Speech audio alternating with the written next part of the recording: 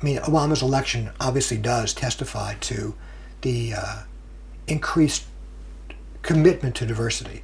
And one could add other things too, and again, as in France. I mean, when we're talking now, there's this huge outcry over le mariage gay. And you know, in the US as well, this has been a central issue.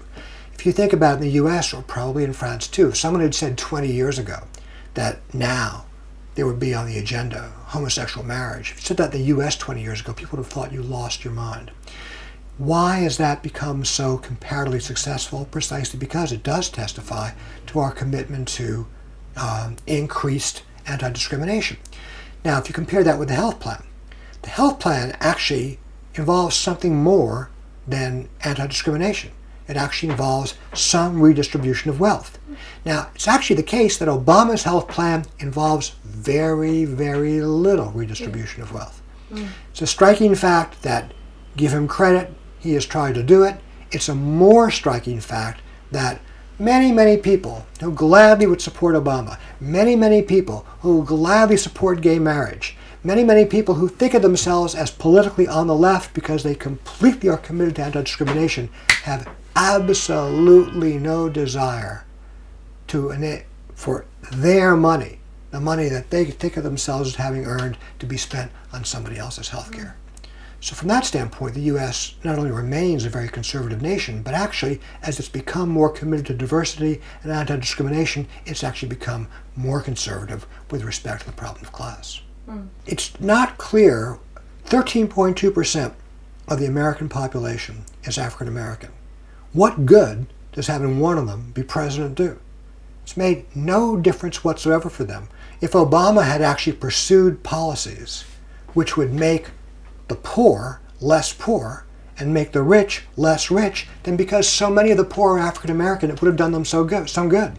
But in fact, Obama's presidency has done nothing for African Americans, not because he's prejudiced against African Americans, obviously, right? It's done nothing for African Americans because it's done nothing for poor people. And as we know, African Americans are disproportionately poor in the U.S. If you wanted to do something for the African American population in the U.S., the best possible thing you could do would be a color blind. Don't worry about anybody's color. Just give lots of money to poor people. That would help African Americans. Obama has shown no interest in giving lots of money to poor people. He's been very, very good at saving the banks, that is the rich people, and killing people with drones in the East. You know, I should say I've always loved France. I come here often. I used to study French literature. And one of the things that one likes about France is that it's not, in many respects, like the United States. So I'm sad to say that in lots of respects, it's becoming much more like the United States. If you look at the data, Camille Landais is an economist who's worked on this in France. If you look at the data about French inequality is growing. If you look around you, you can see just with your eyes that increase in chômage, the increase in poverty in the banlieue. And you can see, and this is the most distressing part, that in France, increasingly, the response to those problems is not actually to deal with the question sociale, to deal with the problem of inequality of classes. The response is the American response, diversity. As if you take a few kids out of the banlieue and you enable them to succeed, that would create more equality. That doesn't create any more equality at all. It just takes the elite, and the French elite is currently primarily white and primarily male, and it adds some women and some people of color, but it leaves it just as elite as it was, and it leaves the vast majority of the population in the banlieue and elsewhere completely untouched and unaided. In the United States, we didn't have to change the words. We never had much of a language to describe people who were exploited, and we still don't have any language to describe people who are exploited. So yeah, I see the point of the French. I hadn't even thought of that. But as I say, in the U.S., there's always been a strong sense. You know, the U.S. has always been a country where everybody identified themselves as belonging to the middle class.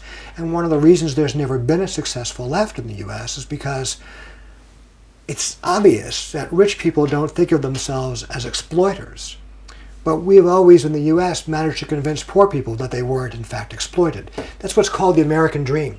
You know, when you started out, the first question you asked me was about how I started teaching, how I started getting interested in this. I said I was writing on American literature of the 1920s.